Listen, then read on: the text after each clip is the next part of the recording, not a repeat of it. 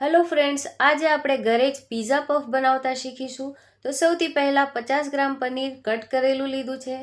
તેમાં એક કટ કરેલું કેપ્સિકમ એડ કરીશું, એક ઝીણો કાંદો સમારેલો એડ કરીશું, 2 લીલા મરચાં ઝીણા સમારેલા એડ કરીશું અંદર, અને 1 કપ મોઝરેલા ચીઝ, અડધો કપ પ્રોસેસ ચીઝ એડ કર્યું છે. હવે 2 ચમચી જેટલું સોસ એડ કર્યો છે. સ્વાદ પ્રમાણે મીઠું નાખીશું, 1 ચમચી લાલ મરચું પાવડર ઉમેરીશું અને તેને સરખી રીતે મિક્સ કરી લઈશું. સ્ટફિંગ રેડી થઈ ગયું છે. હવે આપણે લોટ બાંધીશું. તો 1 કપ જેટલો આપણે મેંદાનો લોટ લીધો છે.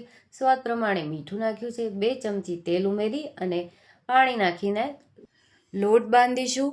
લોટ બહુ ઢીલો પણ ન હોવો જોઈએ અને બહુ કડક પણ ન હોવો જોઈએ, એનું ધ્યાન રાખીશું. હવે તેલ નાખીને લોટ કેળવી લઈશું. લોટ સરસ બંધાઈ ગયો છે. હવે તેમાંથી એક લુઓ લઈ અને મોટી રોટલી વણીશું.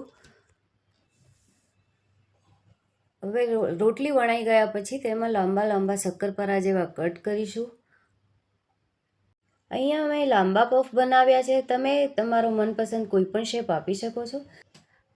અહીંયા વણેલી પૂરી થોડીક જાડી હતી, તો આપણે એને થોડુંક પાતળું કરીશું અને 2 સરખા ભાગ કરી અને એક ભાગ ઉપર આપણે તૈયાર કરેલું સ્ટફિંગ ઉપર મૂકીશું. હવે ચારે બાજુ કિનારી પર પાણી લગાવીશું, જેથી આપણે તળતી વખતે 2 છૂટા ના પડી જાય પડ. ચારે બાજુ પાણી લગાવ્યા પછી બીજું જે પડ હતું એની ઉપર રાખી અને બંનેને ચોંટાડી દઈશું. જો પાણી નહીં લગાવીએ તો એ તળતી વખતે ખુલી જશે અને બધું સ્ટફિંગ તેલમાં છૂટું પડી જશે. તો તેને બંને સરખી રીતે ચોંટાડવાનું છે અને પછી કાંટા ચમચીની મદદથી બંનેને સરખી રીતે પેક કરી દઈશું. હવે એક કઢાઈમાં આપણે તેલ ગરમ કરીશું. તેલ ગરમ થઈ ગયા પછી તૈયાર કરેલા પફને ડીપ ફ્રાય કરી લઈશું.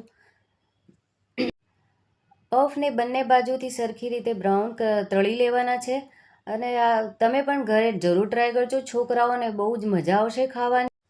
પફ તળાઈ ગયા છે તો એને સર્વિંગ પ્લેટમાં લઈને સર્વ કરીશું. જો આ વિડીયો તમને ગમ્યો હોય તો મારી ચેનલને લાઇક, શેર અને સબસ્ક્રાઈબ જરૂર કરજો. Bye bye.